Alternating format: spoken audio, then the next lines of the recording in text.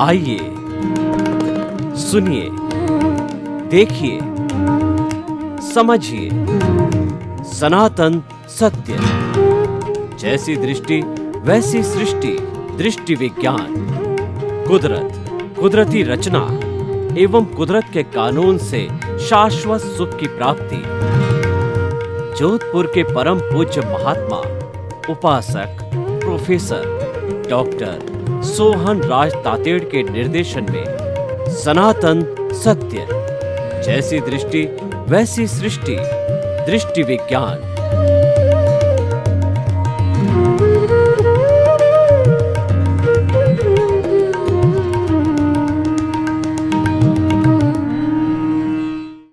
भाई और बहनों, मातृशक्ति को नमन।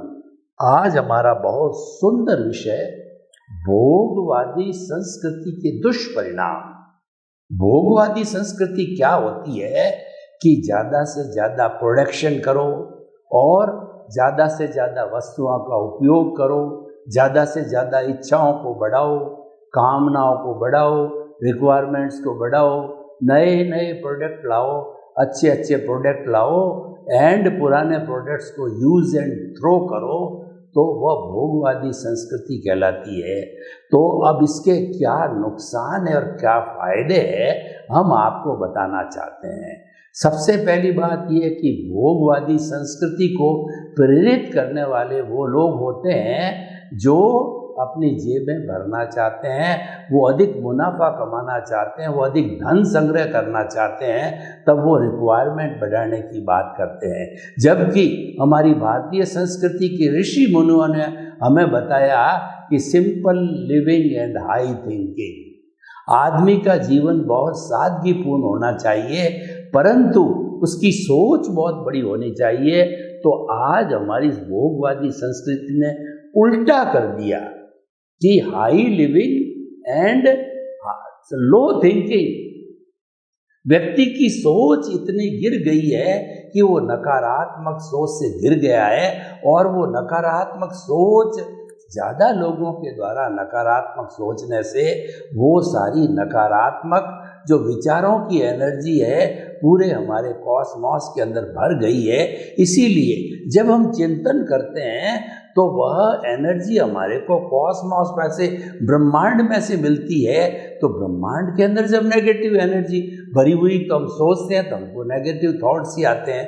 तो आज का जो वातावरण है वो नेगेटिव नेगेटिव नेगेटिव होता जा रहा है। पुराने ज़माने में क्या था कि व्यक्ति की सोच बहुत बड़ी थी और लिविंग बहुत बहुत सिंपल लिविंग हुआ करता था। पहले मैं जो गुरुओं के जो आश्रम होते थे उनका चित्रण करना चाहता हूँ। कुटिया बनाई जाती थी, वो नदी के किनारे होती थी, और कुटिया के पास जब आप बाहर निकलो तो आपको दिखता था कि कल कल करती हुई नदी बह रही है, झरने बह रहे हैं, और मोर जो है नाच रहे हैं, और जो पक्षी है वो जो है वो जो उड़ रहे हैं, और पशु है वो दहाड़ कर रहे हैं, दौड़ रहे हैं, खरगोश दौड़ रहा है, छोटे छोटे पशु नाच रहे हैं, चारों तरफ हरियाली हरियाली है, गुलाब के फूल खिले हुए हैं। तो हमको जब उस प्रकृति के दर्शन होते हैं तो ईश्वर के दर्शन होते हैं। लेकिन आजकल जो है भोगवादी संस्कृति ने व्यक्ति को इतना जो है भोग के अंदर डुबा दिया जाए कि eat drink and B Mary. भोग अधिक से अधिक जो है, अच्छी से अच्छी बड़ी से बड़ी चीज़ों का संग्रह करो। मोबाइल 10,000 का भी आता है, मोबाइल 2 लाख का भी आता है।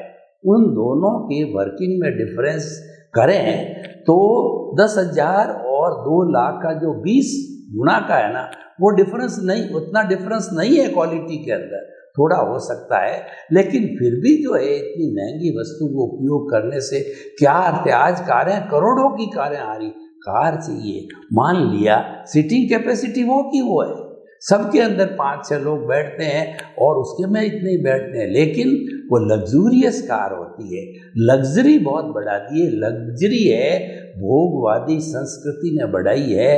व्यक्ति इतना उस भोगवादी आकंठ डूब गया है कि वह 24 आवर्स एसी में रहता, घर में एसी, कार में एसी, ऑफिस में एसी, एसी के बाहर निकलता ही नहीं है। एसी में रहना बीमारी का सबसे बड़ा घर है, क्योंकि हमारी जो विटालिटी है, हमारे जो मन वचन काया जो काम करने के अंग है, ये विटालिटी जो है 4 चीज़ों से बनती है, भोजन, पानी, ऑक्सीजन और सूर्य की धूप। और जो कि आजकल डॉक्टर उसके सप्लीमेंट के रूप के अंदर विटामिन डी देने लगे, क्योंकि व्यक्ति धूप और सूर्य को तो देखता ही नहीं है, धूप में तो बैठता ही नहीं है। तो इसीलिए भोगवादी संस्कृति देखिए कितना नुकसान कर रही है। सबसे बड़ा नुकसान तो क्या है भोगवादी संस्कृति के, जब ज़्यादा प्रोडक्शन होता है और फैक्ट्रियाँ 24 आवर्स चलती है तो वो पोल्यूशन खड़ा करते हैं। आपको ध्यान होना चाहिए कि हमारा ये जो पृथ्वी माँ है, जो हमारी नेचर है, ये 5 बेसिक सब्सटेंसेस से बनी हुई है, पृथ्वी, जल, अग्नि, वायु और आकाश। इन 5 के द्वारा समस्त 84 लाख जीवा योनि के प्राणियों को जन्म देती है, भरण पोषण करती है और वे सारा अपना कार्य करते हैं और इन 5 के अंदर ही विलीन हो जाते हैं। जब कोई भी व्यक्ति मर जाता है तो उसके जो है इस पंचभूत के पुतले में से पृथ्वी में, जल में, अग्नि में, वायु में और आकाश में जाकर के मिल जाता है। और इस पूरे नेचर की एनर्जी कभी भी नहीं बदलती है, भूत भविष्य वर्तमान में एक जैसी कांस्टेंट होती है। जो हमारे बड़े साइंटिस्ट हुए हैं, आइंस्टीन ने एक फॉर्मूला दिया, कैपिटल E=mc²। ई का मतलब पूरे कॉस्मॉस की एनर्जी, एम का मतलब मास और सी जो है वो कांस्टेंट है। तो इन जो है इसको इससे ये मालूम पड़ता है कि एनर्जी होती है वो हमेशा एक सी रहती। तो क्या होता है, ठोस द्रव में बदलता है, द्रव गैस में बदलता है, गैस वाइब्रेशंस में बदलती है। और जिन लोगों ने वाइब्रेशंस को पढ़ा है, साइनोसोडल वेव्स को पढ़ा है, कॉस थीटा, साइन थीटा और फ्रीक्वेंसी और वेवलेंथ को पढ़ा है, वो लोग जानते हैं कि इसी जो है वो फ्रीक्वेंसी और जो है वो वेवलेंथ के आधार पर हमारी जो ये आवाज़ मेरी है, ये आवाज़ कैमरे के अंदर ऑडियो वीडियो रूप के अंदर जो है वो स्टोर होकर के और यही आगे जाकर के देश में विदेश के अंदर टीवी के ऊपर, मोबाइल के ऊपर और अन्य साधनों पे जाके प्रसारित होती है। ये मात्र कन्वर्शन होता है, एनर्जी कभी भी समाप्त नहीं होती है। भगवान महावीर का जो प्रवचन 2500 साल पहले हुआ था, उसको वैज्ञानिकों ने पकड़ना चालू कर लिया है और वो क्योंकि अष्टस्पर्शी है वो पकड़ भी सकते हैं और सुनाई भी दिया है। और लेकिन वो अभी पूर्ण रूप से, आधिकारिक रूप से नहीं कहा जा सकता है। आने वाले समय के अंदर ऐसे महापुरुषों के प्रवचन ओरिजिनल है वो विज्ञान पकड़ लेगा। तो हम ये कहना चाहते हैं कि ये जितना विकास हुआ है ये तो अच्छा है, मान लिया, लेकिन ये भोगवादी संस्कृति ने क्या कर दिया। अब पृथ्वी को देखिए, पृथ्वी को इतना गंदा कर दिया है कि आज पृथ्वी माँ करा रही है, उसके जो है गर्भ को चीर दिया है। जो मनुष्य ने अपनी कामनाओं को बढ़ा के, अपने लोभ को बढ़ाकर, अपने लालच को बढ़ाकर जो पृथ्वी के अंदर 1000, 10,000, 20,000 जो फिट के नीचे भी गहरे ड्रिलिंग कर दिया है, वहाँ से पेट्रोलियम प्रोडक्ट निकाल रहे हैं, वहाँ से पानी निकाल रहे हैं, वहाँ से मिनरल निकाल रहे हैं। तो हम ये कहना चाहते हैं कि ये सारा जो हुआ है ये भोगवादी संस्कृति के कारण हुआ है। जबकि इंसान तो पहले भी थे और पहले इंसान भी जिया करते थे और आज से ज़्यादा बुद्धिशाली थे, आज से ज़्यादा वो खुश थे, क्योंकि वो लोगों की आवश्यकता कम थी। और हमारी भारतीय संस्कृति के दार्शनिक दृष्टि से गहराई में जावें तो सबसे दुख का कारण है वो हमारी तृष्णाएं हैं, वो हमारी विशेष है, हमारी बढ़ी हुई रिक्वायरमेंट्स है, हमारी कामना है। व्यक्ति अगर कामना को नियंत्रण कर लेता है तो उसको किसी प्रकार का कष्ट नहीं है। कहा भी गया कि चाह गई चिंता मिटी और मनुआ बेपरवाह, जिनको कुछ न चाहिए सोई शहंशाह। हमारे ऋषि मुनियों को शहंशाह कहा जाता है। वो शहंशाह किस लिए है कि इन्होंने अपनी कामना को जीत लिया, इन्होंने अपनी कामनाओं को जो त्याग दिया, कामनाओं को त्याग देने के बाद के अंदर इनके भीतर जितनी भी एनर्जी है वो शस्त्र सार के अंदर इकट्ठी हो रही है और उनका ज्ञान विकसित हो रहा है और वो ज्ञान हमको अच्छा अच्छा ज्ञान बांट रहे हैं। भोगवादी संस्कृति ने पृथ्वी को किया, जल को देखिए, आज जो है करोड़ों लोग पूरे विश्व के अंदर जो है अशुद्ध जल पीने के कारण मर रहे हैं या उनकी बीमारियां हो। इसका कारण यह है कि आज जितना भी जल है उसको बड़े बड़े कारखानों के द्वारा केमिकल्स वगैरह मिला करके उसको अशुद्ध कर दिया गया है, क्योंकि उन्होंने कारखाने अपने जो है भोगवादी संस्कृति के लिए लगाए, उन्होंने अपने मास प्रोडक्शन के लिए लगाए और लोगों को प्रेरित किया कि आप ज़्यादा से ज़्यादा चीज़ों का उपयोग करो। आज देखिए यूज़ एंड थ्रो का देखिए कितना काम बढ़ गया है कि जो है वो कोई भी चीज़ को यूज़ किया, थ्रो करते करते वो कचरा इस पृथ्वी पर इतना टनों बंद, लाखों करोड़ों टनों बंद हो गया है, वो समुद्र में डाल दिया गया है। अगर समुद्र के अंदर डाला है तो वहाँ पर भी जो है अशुद्धि हो गई है और उसको पानी में डाला है तो वो भी अशुद्धि हो गई है। और बड़े बड़े केमिकल्स जो फैक्ट्रियों से निकलते हैं वो हमारे ड्रिंकिंग वाटर के अंदर डाल दिए गए हैं, वो नदियों के अंदर छोड़ दिए गए हैं। तो जब कभी भी पानी वो नीचे जा कर के एक्यूफायर्स को जो है चार्ज करता है तो वह अशुद्धि उसके अंदर चली जाती है। वो जहरनुमा अशुद्धि है, व्यक्ति के जीवन को खराब करती है, बीमारियां लाती है और लोगों की मृत्यु तक भी हो जाती है।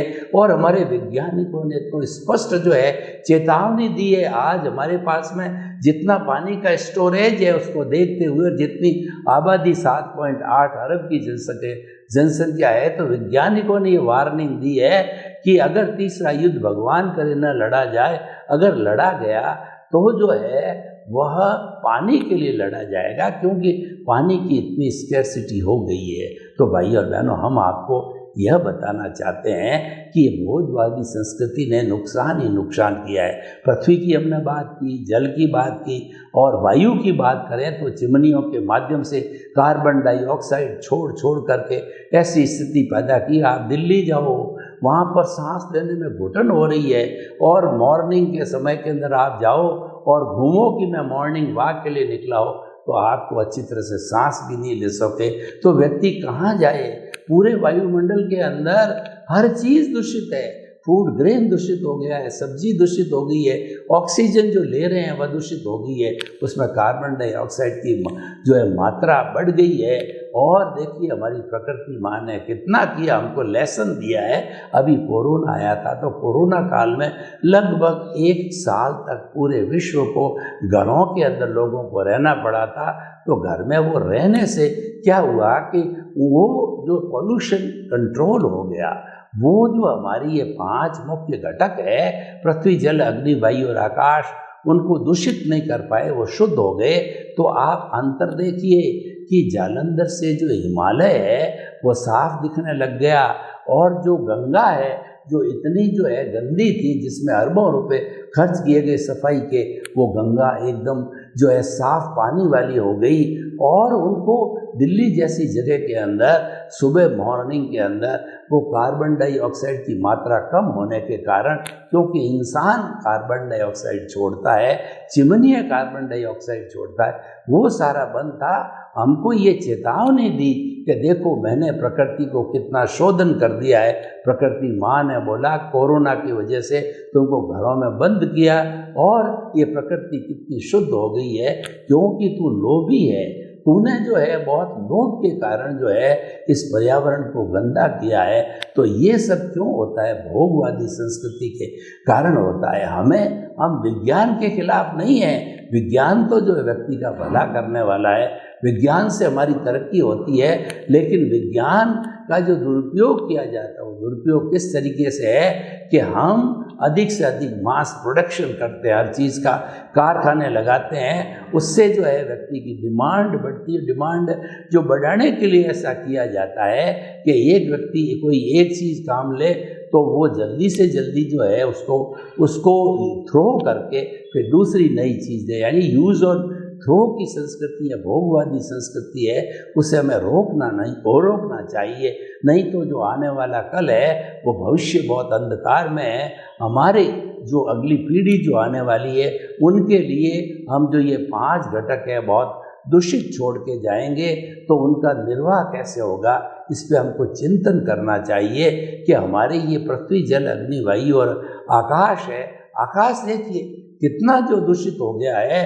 वो गाड़ियाँ हर घर में 5-5, 10-10 गाड़ी होती है, एक एक व्यक्ति के पास 10-10 गाड़ी है, तो वो जितनी कार्बन डाइऑक्साइड छोड़ती है वो सारी की सारी वायुमंडल के अंदर आती है और गैस को, हमारे आकाश को गंदा करती है, वायु को गंदी करती है और उससे जो है कितनी तरह की बीमारियां होती है। तो हम ये कहना चाहते हैं अब समय आ गया है कि हमें चिंतन करना चाहिए, हमें जो पर्यावरण को संरक्षण करना चाहिए। अगर पर्यावरण का संरक्षण नहीं करेंगे तो आने वाला कल है हमारे सामने बहुत अंधकारमय हो गया। इसके लिए जैन दर्शन को मैं कोट करना चाहूँगा कि जैन दर्शन के साधु हैं, आज वो 100% पर्यावरण संरक्षक है। वो उन्होंने षट जीव निकाय का फॉर्मूला दिया, पृथ्वी का, आप का, तेजस का, वायु का, वनस्पति का, इन 6 तरह के जो है समूह के अंदर जीव होता है। पृथ्वी स्वयं अपने आप में असंख्य जीवों का समूह है, खुद काय है, जल है, एक बूंद के अंदर जो है 34,000 जो है निगोद के जीव बताए जाते हैं, अग्नि के अंदर जो है जीव बताए जाते हैं, वायु में थेसेक्स नाम के जो जितने भी जो कीटाणु होते हैं या वायरस होते हैं जो कि हमारे लिए लाभकारी होते हैं वो वायुमंडल में होते हैं। यानी वायु स्वयं अपने आप में जीव है। और जो है हमारे जितने भी वनस्पति है वो तो सर जगदीश चंद्र बसु ने तो बहुत पहले सिद्ध कर दिया कि वनस्पति हमारे जिस तरीके से मनुष्य संवेदना करता है वो वनस्पति भी वैसे संवेदना करती है। उन्होंने बताया कि छुई मुई को अगर हाथ अंगुली स्पर्श भी नहीं करे, अंगुली भी दिखाई जाए तो वो इतनी कोमल है कि वह मुरझा जाती है, वो अपने आप को संकुचित कर देती है। तो हम ये बताना चाहते हैं कि इन सब में भावनाएं हैं। जितने भी जीवित प्राणी हैं, ये बात अलग है कि हम पंचेंद्रिय है, हम अपनी बात को प्रस्तुत कर सकते हैं, चिल्ला सकते हैं, बोल सकते हैं, लेकिन बहुत से ऐसे बेचारे मूक प्राणी हैं जिसके एकेंद्रिय है, तो वो किस तरीके से इस बात को प्रदर्शित कर सकते हैं, वो नहीं कर सकते हैं। तो हमें उन जीवों का संरक्षण करना चाहिए। एक जैन मुनि होता है, वो इन समस्त जीवों का, षट जीवा निकायों का संरक्षण करता है, न हाथ लगाता है न उपयोग करता है। वो तो प्राशुक्तेषणीय भोजन लेता है, यानी हमारे द्वारा पकाया गया जो शुद्ध भोजन होता है उसी में भिक्षा लेकर के पेट भरता है। तो वो लोग तो 100% पर्यावरण के संरक्षक होते हैं और वो लोग हिंसा करते नहीं, करवाते नहीं, अनुभूति नहीं, मन से नहीं, वचन से नहीं, काया से नहीं। वो 9 कोटिक जो है वो अहिंसक होते हैं, वो हिंसा के त्यागी होते हैं। तो भाई और बहनों, ये भोगवादी संस्कृति ने बहुत से दुष्परिणाम हमको दिए हैं। तो इसका लाभ की अगर बात करें तो ये बात ठीक है कि व्यक्ति की जो रिक्वायरमेंट होती है वो पूरी हो जाती है। वो तो पहले भी होती थी, आज भी हो रही है, लेकिन उसका प्रश्न ये है कि हम इतनी चीज़ को मार्केट में नहीं लावें 10 गुना 20 गुना कि व्यक्ति को और प्रेरित भी करें कि तुम ज़्यादा से ज़्यादा परचेज करो। उस पर उनको जो कोई इंसेंटिव देवे, उनको उस पर कोई जो है वो कहना चाहिए कि उसके ऊपर उनको कोई प्राइज़ दिया जाए, अवार्ड दिया जाए, तो उससे वो प्रेरित होकर के और वो जो है वो ज़्यादा से ज़्यादा वस्तुओं को परचेज करते हैं, संग्रह करते हैं। तो भोगवादी संस्कृति को हमें छोड़ना है। इसका एक दुष्परिणाम क्या है कि सभी लोग आर्थिक दृष्टि से साउंड नहीं होते हैं। भारत एक ऐसा देश है जिसमें 50% लोग गरीबी की रेखा के नीचे जो है रहते हैं। उन लोगों को भी हमें देखना है कि जो भोगवादी संस्कृति के लोग ज़्यादा उपभोग करने लग जाते हैं और जो लोग आर्थिक दृष्टि से पिछड़े हुए हैं, उनको 2 जून की रोटी भी नहीं मिलती है, तो वो बेचारे क्या करेंगे, उनकी क्या हालत होगी। और इसीलिए हमें जो सर्वोदय के सिद्धांत के ऊपर, ट्रस्टीशिप के सिद्धांत के ऊपर जो है ध्यान देना चाहिए। सर्वोदय का मतलब है सबका उदय होना चाहिए। हमारा भारत का जो संविधान है वह भी यही बताता है कि सबका उदय हो। सबके उदय का अर्थ ये होता है सबको समान रूप से आगे बढ़ने का, चांस मिलना चाहिए। जब ये सबको चांस मिलेगा तभी हम समझ पाएंगे कि ये भोगवादी संस्कृति रुक गई है और उस भोगवादी संस्कृति में अपनी आवश्यकताओं को अधिक न बढ़ा करके जो लोग जो अभावग्रस्त हैं उनके अभाव को जो है वो हमें उनको स्वभाव वाला बनाना चाहिए, यानी कि उनकी रिक्वायरमेंट्स है हमें पूरी करना चाहिए। देखिए, अगर एक व्यक्ति सभी चीज़ों का उपभोग करने लग जाएगा तो बाकी लोगों को वो चीज़ कहाँ से मिलेगी? वो तो उनके साथ में अन्याय हो जाएगा। हमें किसी के साथ अन्याय नहीं करना है। ये भोगवादी संस्कृति है, ये हमारे समाज में बहुत से लोगों के साथ में जो अभावग्रस्त है उनके साथ के अंदर ये अन्याय करती है। तो हम आपको बताना चाहते हैं कि भोगवादी संस्कृति को जो रोका जाना चाहिए और इसको हम रोकेंगे तो हमारा जो बजट जो है इन जो अधिक रिक्वायरमेंट में खर्च हो रहा है वो परोपकार में लगेगा, जनहितार्थ लगेगा, लोक कल्याण की भावना के अंदर लगेगा और लोग सभी सुखी रहेंगे। जब देखिए एक तबका सुखी रहे और अन्य लोग दुख पाए, झुग्गी झोंपड़ी वाले दुखी रहे और अटालिका के अंदर जो है बैठे लोग जो सुख पाए, तो ये तो जो एक मानवीय जो है और अच्छी नहीं है। मानवीय संवेदना होनी चाहिए, उनके लिए कुछ करना चाहिए। तो उनके लिए करने के लिए जो है हमें अपनी भोगवादी संस्कृति को रोकना चाहिए। भोगवादी संस्कृति के और भी बहुत से दुष्परिणाम जो हमारे सामने आए हैं कि वो बेरोजगारी पैदा कर दी। आजकल इस मशीनरी के युग के अंदर जेसीबी को ले लीजिए तो जेसीबी अकेला है, वो 100 जो मजदूरों का काम करता, तो बेचारे जो 100 मजदूर पहले खड्डा खोद के काम किया करते थे तो उनका की जगह एक जेसीबी आने से वो सब बेरोजगार हो गए। उनका परिवार है वो तकलीफ में आ गया, क्योंकि हर व्यक्ति शिक्षा नहीं ले पाता, हर व्यक्ति मल्टीनेशनल कंपनी के अंदर जो है नौकरी नहीं कर पाता, सामान्य लोग भी बहुत होते हैं। तो हमें तो चिंता उस ग्रास रूट के व्यक्ति की करनी चाहिए जो कि गांव के अंदर रहता, आदिवासी है और ज़्यादा पढ़ा लिखा नहीं है और उसके जो है उसके पास में सब चीज़ों का रोटी कपड़ा मकान शिक्षा चिकित्सा उनकी पूर्ति करने के लिए भी जो है वो जो है पूरे साधन नहीं है। तो हमें भोगवादी संस्कृति को रोक करके और उन लोगों के जो सुविधा की बात करनी चाहिए जो अभावग्रस्त है। तो भोगवादी संस्कृति के और भी बहुत से दुष्परिणाम हैं, उनको मैं आपको बताना चाहता हूँ कि भोगवादी संस्कृति के कारण जो है लोगों ने वनों को काटना चालू कर दिया है और वन जब ज़्यादा से ज़्यादा कट रहे हैं तो बरसात आजकल रुक गई है, गर्मी बहुत बढ़ गई है। उस गर्मी के बढ़ने के कारण, प्रदूषण के बढ़ने के कारण जो हमारे जो सूर्य से अल्ट्रावायलेट रेज आ रही थी तो वो रेज पराबैंगनी जो हमारा जो ओजोन छतरी है उसके अंदर छेद किया है और ओजोन छतरी के अंदर छेद होना से और पराबैंगनी जो किरणें जो है वो जब नीचे गिरने लग जाती है तो हमारी पृथ्वी के ऊपर तो हमारा जो है वो सारा जीवन अस्त व्यस्त हो जाता, बीमारियों से गिर जाता है। आज इतनी बीमारियां क्यों बढ़ रही है? जबकि विज्ञान ने, मेडिकल साइंस ने इतनी तरक्की की है, नए नए एक्सपेरिमेंट हो रहे हैं, नई नई दवाई आ रही है। आजकल तो ऐसा लग रहा है कि दवाइयाँ जो आ रही है तो वो जो बीमारियाँ कहती है तुम डाल डाल हम पात पात, यानी कि जितनी दवाई आ रही है, जितने प्रयोग हो रहे हैं, एक्सपेरिमेंट हो रहे हैं, उससे अधिक संख्या के अंदर बीमारियां जो है बढ़ती जा रही है।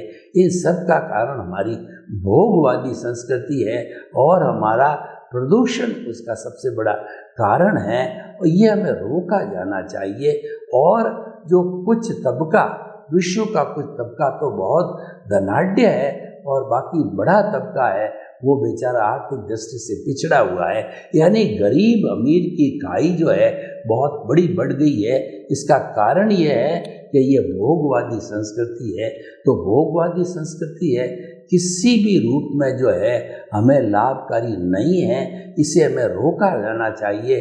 और अल्टीमेटली ये अगर मनुष्य इस समय नहीं करता है तो तो आने वाले समय के अंदर प्रकृति इसका निवारण करेगी, क्योंकि प्रकृति अपना संतुलन हमेशा बनाए रखता है। और प्रकृति ने जो है वो व्यक्ति की भोगवादी संस्कृति को रोकने के लिए कार्य भी प्रारंभ कर दिया है। आज अतिवृष्टि हो रही है, अनावृष्टि हो रहे हैं, सुनामी आ रहे हैं, और जो है कोरोना जैसी बीमारी आ रही है, और महामारी आ रही है, और कई तरह के भूकंप है, युद्ध है वगैरह हो रहे हैं। और आज देखिए कि इस भोगवादी संस्कृति के कितने दुष्परिणाम हो गए। जखीरा इतना इकट्ठा हो गया कि वो 7.8 अरब की जनसंख्या को भस्मीभूत कर सकता है कुछ ही सेकेंड के अंदर। तो ये सारे दुष्परिणाम में रोका जाना चाहिए। सर्वे भवन्तु सुखिनः, सर्वे सन्तु निरामया।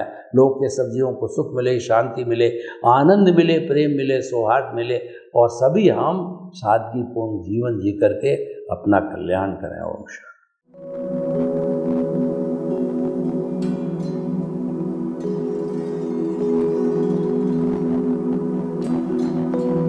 एक ऐसा अंतर्राष्ट्रीय ख्याति प्राप्त मानव जो गुरु प्रेरणा से पिछले 20 वर्षों से वानप्रस्थ जीवन जीते हुए 24 घंटे मानवता की सेवा में संलग्न है। एक ऐसा मानव जो अभी राष्ट्रीय, अंतर्राष्ट्रीय टीवी चैनलों पर 7,500 एपिसोड के माध्यम से सनातन सत्य, आत्मविज्ञान एवं पुनरुत्थान, व्यवहार एवं निश्चय जगत के जीवनोपयोगी विषयों पर हृदय स्पर्शी प्रवचन कर चुका है।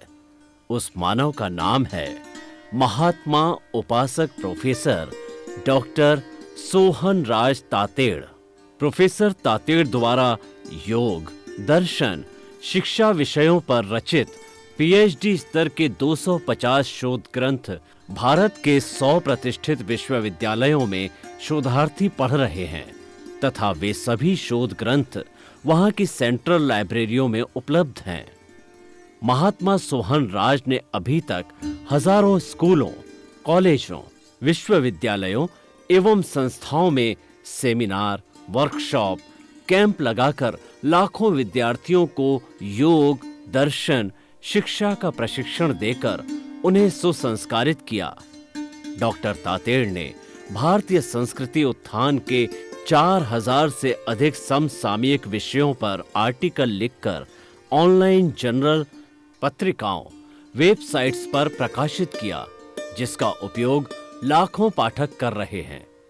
उपासक तातेड़ के 5000 से अधिक आज का सुविचार, आज का शुभ संदेश, आज का मंगल भावना योग आदि चिंतन websites, Twitter, blogger, Facebook, YouTube माध्यमों से लाखों लोग अपना जीवन निर्माण कर रहे हैं। मानवता के मसीहा ऐसे महामानव महात्मा सोहन राज तातेड़ के प्रोफाइल को अभी तक विश्व के 20 लाख दर्शक यूट्यूब पर, 12 लाख गूगल पर एवं लाखों दर्शक फेसबुक, ब्लॉगर, ट्विटर और इंस्टाग्राम पर देख चुके हैं।